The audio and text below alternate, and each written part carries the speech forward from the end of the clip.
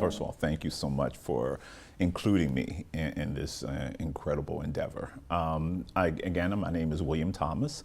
I was born and raised in the projects of southwestern Pennsylvania. 9 of 10 children raised by a single mother.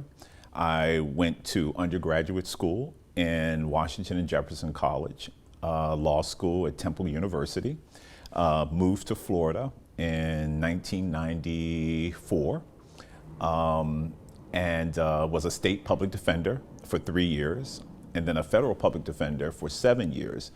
And then I had this public service calling that was deeper, and I ran for judge in 2004.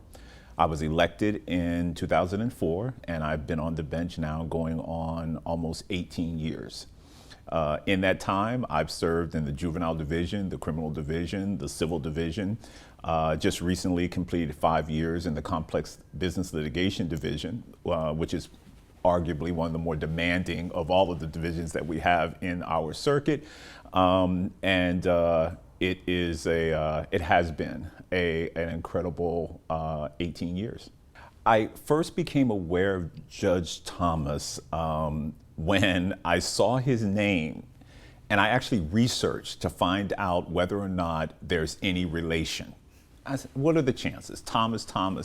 We're Virginia Thomases. And so I had the opportunity, by the way, to speak to, I'm drawing a blank, but his wife, and Eugenia. I had an opportunity, someone put me in contact with her. And because I was just trying to figure out whether or not there was some type of relation. But that wasn't until I was running for judge in 2004, because people kept asking me, are you the son, are you the grandson of Lawson Thomas? And I had to go find out who Lawson Thomas was. That's how I first became aware of Lawson Thomas. I mean, what a maverick. What an awesome individual. And one of the things that impressed me more than anything else of what everybody was telling me is that I think Judge Thomas recognized that in order for blacks to have the type of independence and the type of justice that we deserved, we couldn't just sit back and just allow everybody else to just simply dictate what was going to happen, when it was going to happen, how it was going to happen. And so he basically forged relationships with Thurgood Marshall.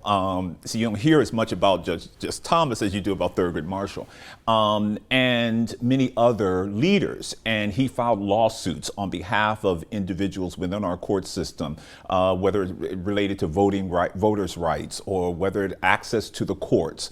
And then ultimately what I found out about him being the first black man to preside over, or first black judge to preside in Miami-Dade County, and the importance of that. The controversy associated with it as well, but the importance of that, because I guess some people were thinking, and I think they may not have been as, maybe as open to the possibilities of having a black judge preside over a court in Miami-Dade County, but that was the most impressive thing. And I think one time somebody said to me about the controversy, I was having a conversation with somebody, because as you know, we often engage in our own debates about what is the proper method of advancing our interest, our being the interest of the black community, which is not monolithic, it's all over the place. And it was the same back then. And the idea that that court was the opportunity for maybe even the first opportunity where blacks actually felt that they had a right to due process, they had a right to equal protection of the law, and they didn't feel that they were going to be penalized and judged simply because they were black. Well, you know, it's interesting. What was happening back in the day, if a black person committed a crime, in the white courts where quote unquote, we were taken or justice was meted out, it was often decided based upon the color of your skin. And they didn't really care what was happening in the black community. Meaning that if a black committed a crime against another black, they were less concerned about the punishment of that black individual. as compared to if a black committed a crime against a white individual, then the concept of equal protection of the law and due process was non-existent. And you were punished simply because you were black. When Judge Thomas took the bench, Thomas, by the way, by all accounts that I've seen, Judge Thomas was not this person where you're coming in front of a black judge and just simply because you're black, I'm just going to tell you, don't do that again and go home. Judge Thomas believed that blacks had a right to be protected and to have peace of mind living within their communities as well. So, but what he did was he said that in this system of justice that I'm a part of, what I want to have happen is that I want to make sure I'm not punishing the innocent. Meaning this man has a wife, this man has kids. And if my punishment is too harsh, then I'm actually punishing the innocent wife and the innocent kids because the man is not going to be able to provide for them. But I need to punish if the person is found guilty. And so, but he balanced out the punishment based upon the overall individual that was standing in front of him. Why is that so interesting? Because I think about it now as a judge. We often go through this internal conflict with ourselves about what is justice when individuals stand in front of us. And I make it a point to always look at the total individual, as Judge Thomas did. And I said, it's not simply what I can do, it's what I should do based upon all of the information that's in front of me. And nobody else in the system prior to Judge Thomas for blacks looked at who the person was. It was simply based, you were black, they said you did it, whether you did it or not, they said you did it, and you need to be punished. And punished to send a message to all the other blacks that they shouldn't do the same thing because their punishment is going to be just as severe.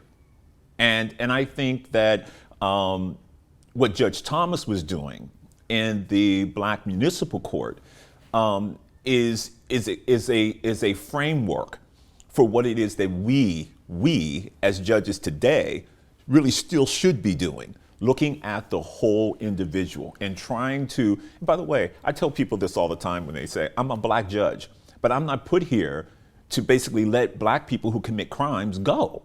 You have to be punished. You know the difference between right and wrong.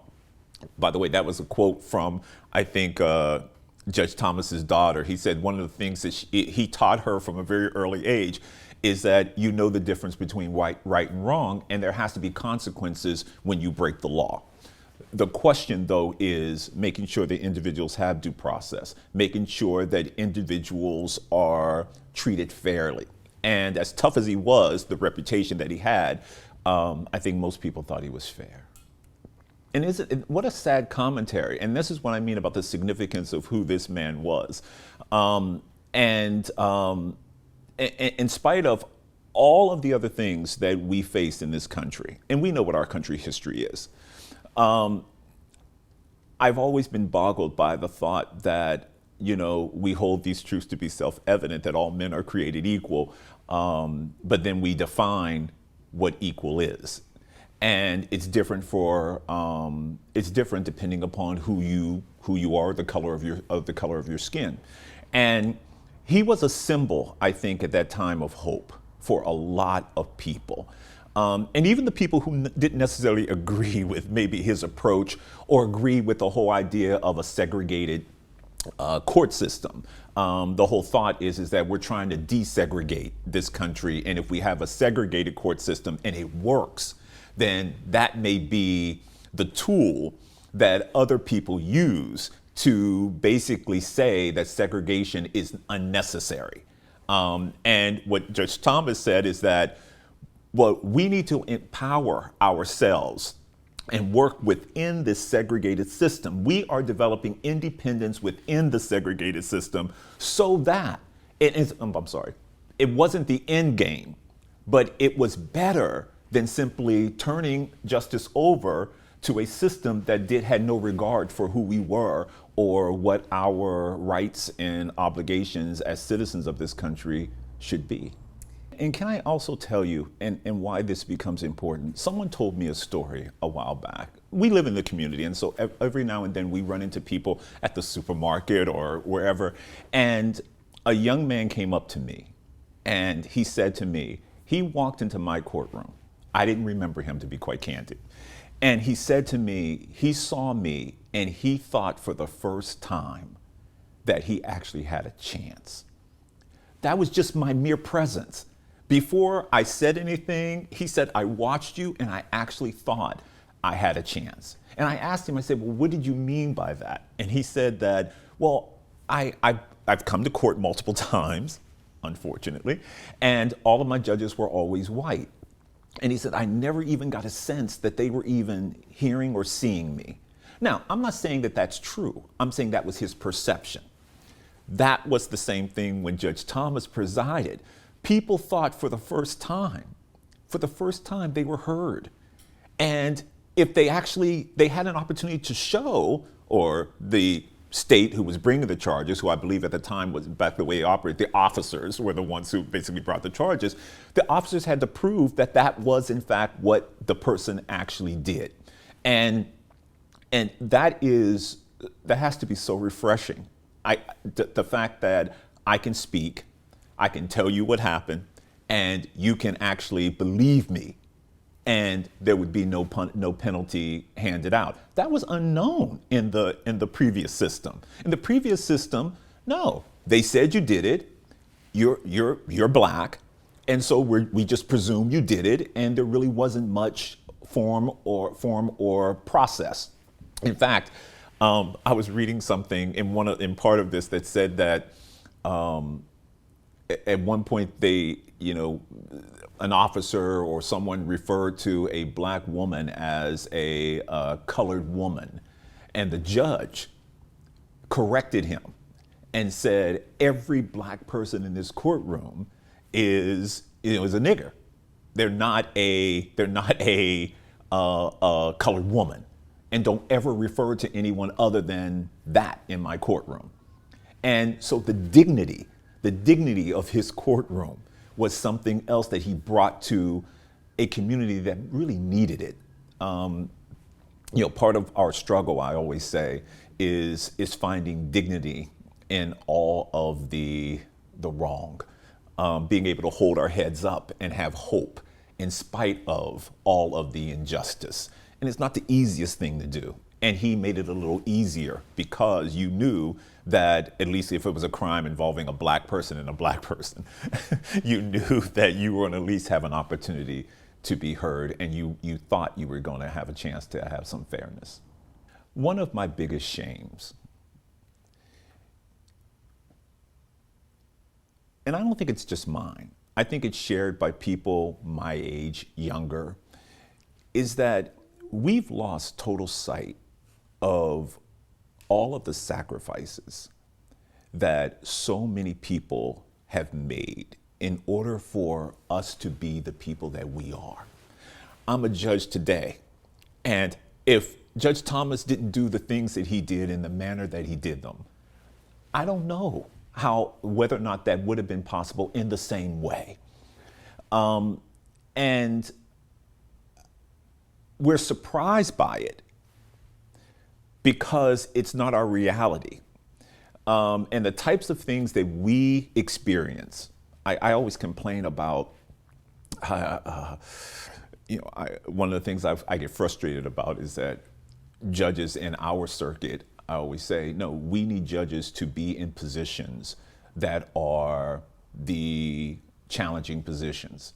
We've always had the intellect. We always had the work ethic. We've always had the ability. It's you, the people in power, recognizing that that is who we are and our capabilities. So when I went into complex division, a lot of the way people look at you, it's not the same, because I'm very direct. And if you're losing, you're losing. I'll say, and sometimes people aren't as comfortable with me telling them no in the same way that, let's say, another judge telling them no. And you feel it. You feel it. And so I think it was a necessary step in order to empower and to demonstrate, not necessarily to ourselves, but to others, the abilities that we always knew we had. And, progress isn't always just about putting people in positions. It's also allowing people to influence the conversation, to make decisions that show that it's rational, that show that it's logical, that shows that you show up every day. Something as simple as I show up every day when I'm supposed to show up, and I do the job that I'm supposed to do. That's what Judge Thomas did. That's what the black clerk did. That's what the black police officers did. And I'm amazed that we still, in this country, have to say that we had to separate it out. But in a way, I think it was a good step to allowing the forces that somehow underestimated the talent, the remarkable talent of so many of us. And Judge Thomas was one of the individuals who basically showed that there was no reason for the differences. In fact, I was reading something where someone described him. They said he was fair, he was just, he was a remarkable intellect. But that's something that people within the community, when he walked into court, I read this and I thought it was really fascinating. He walked into court, and most black lawyers would hire a white attorney to go and represent them whenever the case actually had to go to trial, had to go to court. And Judge Thomas decided, no, I'm going to go into court myself and represent my client, which was unheard of at the time. And can you imagine the level of courage that has to take to know what you're going to be up against, but still walk into that courtroom? I'm a lawyer just like everybody else. I have a client like everyone else. I intend to represent my client to my fullest. And he went into the courtroom, and then he became the first lawyer to actually try a case in Miami-Dade County Court, first black lawyer to try a case in Miami-Dade County Court. I love it because the courage that I think so many of people like Judge Thomas had, to my dismay, I'm not sure that we have that same courage today. I was told some stuff about, I think it was Virginia Key Beach. He was instrumental in actually, protests associated with, the limitation of blacks on the beach. And that's how we ended up, I don't know if that was in 1947 or when, but ended up, Miami-Dade County came up with Virginia Key Beach, or the lawsuit out in Broward County when they were shutting down the schools, of the black schools, because I was reading something that it was a agricultural season or something was going on, and but they didn't shut down the white schools. They just shut down the black schools. And Judge Thomas was, Lawyer Thomas at the time, he was instrumental in actually challenging those things. Also challenging the grand jury. When the NAACP hired him to represent a black man charged with a crime against a white woman, Lawyer Thomas went into court and he said, well, this grand jury is unfair. It's all white. And the judge agreed with him. And again, these are things that were unheard of at the time. The judge agreed with him and said, you have to reconvene the grand jury.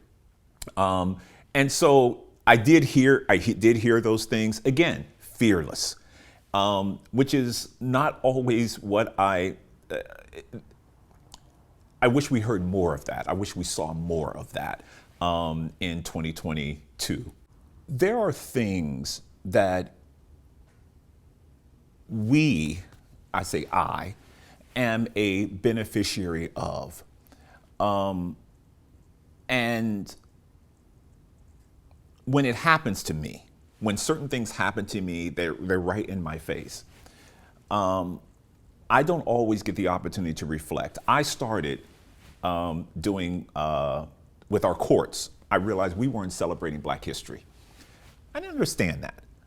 I said, why aren't we celebrating Black history?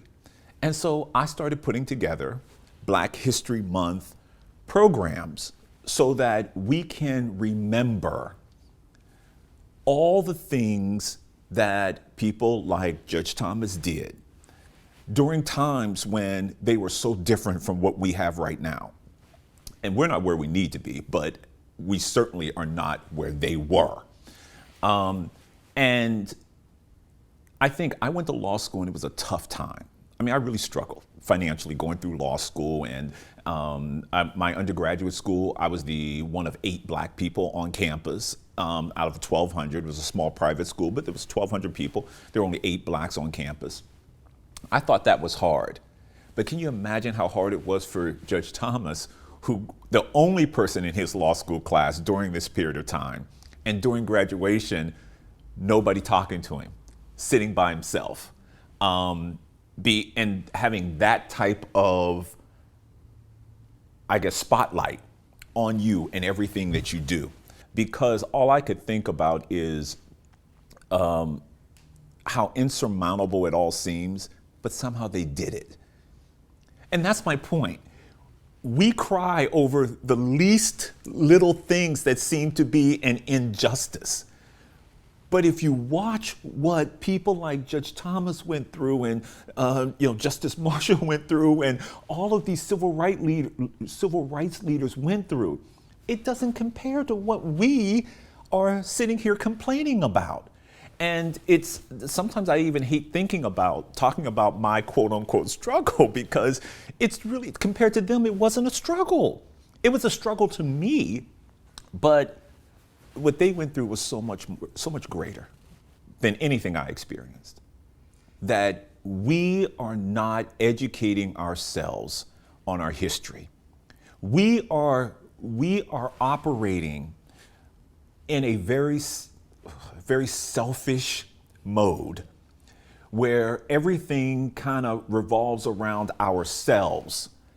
And until we start thinking about progress as a group, because if we started talking about progress as a group, there's no way that I would not have known who Judge Thomas was.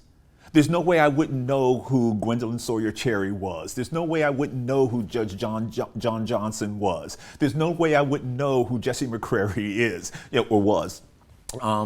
And that's another reason why I started doing these Black History Month programs, because I recognized how little I knew. And no, I didn't grow up in South Florida, but I've been here for 25 years. This is my professional world. And how do you not know all of the sacrifices, all of the accomplishments, all of the failures that so many people went through, so that 1, you don't repeat them, 2, you actually build off of their understanding. Things that Judge Thomas said, that I read that he said, I think are just as true today in terms of the ability of white judges to fully appreciate and be able to understand the Black man that's standing in front of them. That to me is, okay, those were words that were voiced back some 60, 70 years ago, but it's the same concern that we are expressing today. And so not to know that, and I'm being more candid with you than maybe I'm not going to appreciate it later when people start talking about William Thomas, but I really didn't know that. And there was so much that I didn't know. So I endeavored to know it. And I wanted to start looking at, I put together a packet and I sent it to all the judges. And I identified as many Black people that I could find. You're in there, by the way. And you identify as many Black people as we can identify, because you did something that, as a woman, okay, as a black woman, that was not the easiest thing to do. And so it's those things that I think we need to know. We have 10 black judges on the bench right now, Miami-Dade County State Court bench. When I ran for judge, we had, that was 18 years ago, we had 8. 18 years, we managed to have 2 more, I'm sorry, 10, yeah, 2 more black judges on the bench. And that's movement, but I don't know how much of that is progress. And I'd like to think about it in the difference between how do we measure this progress. And I think if we really understood and we had a plan, not just individuals saying, well, William Thomas wants to be a judge. How do we make William Thomas a judge? Instead, let's talk about the bigger plan. And William Thomas may just be one part of that bigger plan. But if William Thomas goes away, you can just put the next qualified person in there and they move the same way. But what we do, unfortunately, in my opinion, is that things get tough. And I think we, as a community, we don't speak up. We don't do what Judge Thomas did or Lawyer Thomas did. When that bailiff came and said that he would throw him out of the window if he didn't go sit with the other black people, and Judge Thomas said, well, okay, I know what I need to do. And he waited until the judge took the bench. And then when the judge took the bench, he came back in and he then was able to try his case in front of that judge. I'm not sure how many of us still do that. And I by a moment of personal privilege, if I could, I was nominated to be a federal judge. And Senator Rubio, on his own, decided that was not going to happen. And collectively, there should have been this is me saying this now, there should have been a fight. Why accept that? What was it about this person that you previously recommended that all of a sudden you changed your mind? And so that's the type of thing that made me become more reflective. And I'm sorry that it had to be something that happened to me that made me want to know more. And then made me want to say, now that I know more, I know we have to do more. And I don't mean William Thomas alone. I mean all the president of the Black lawyers, the president of the Haitian lawyers, the organizations, every lawyer.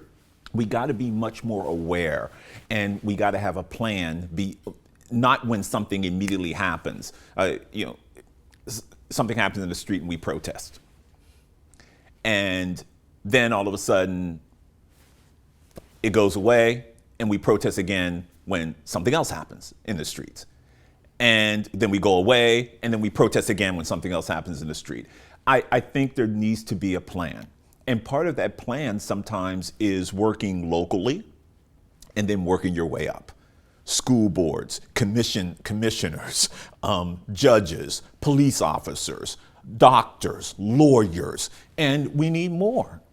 So the struggle that so many people like Judge Thomas endured, it's something that I'm embarrassed to say that I had to learn way after the fact, and I should have known it a lot sooner.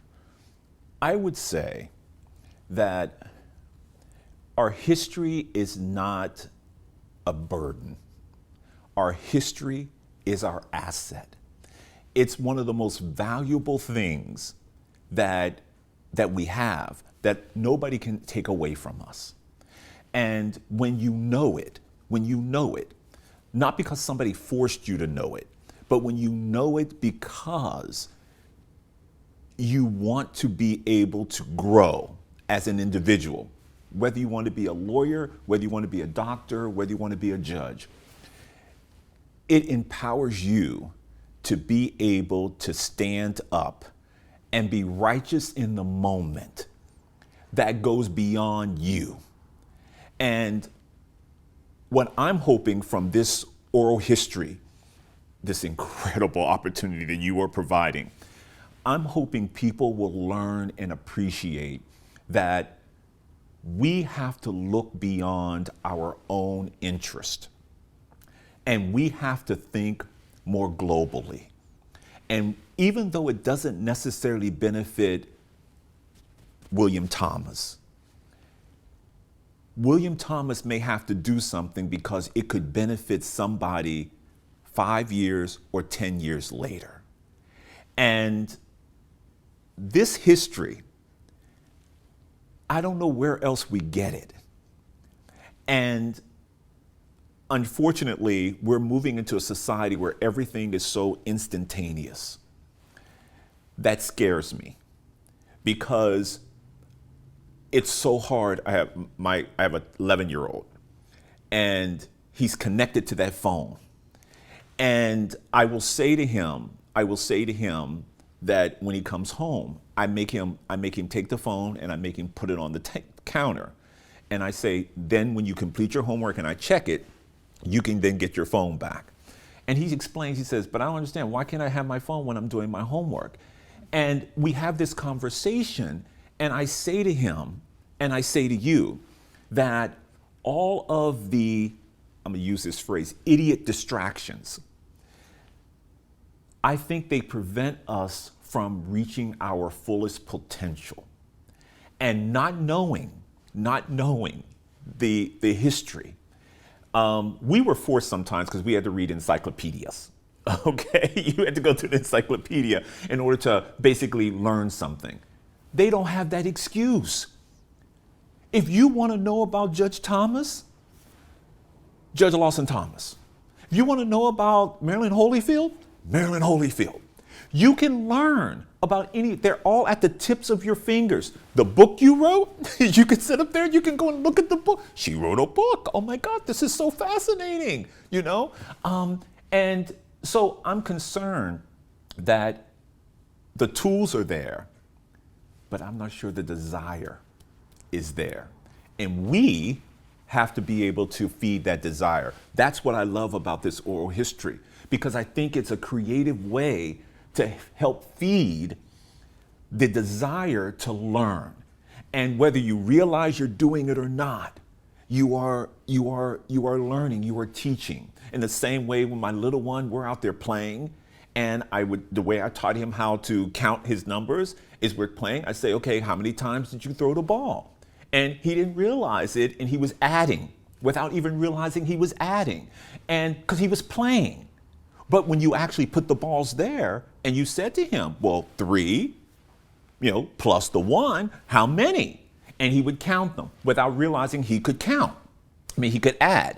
And so my point is, and I'm sorry, there's a long-winded way to say this, is that the one message that I would give is that we have to find a way to make young people want to know this history.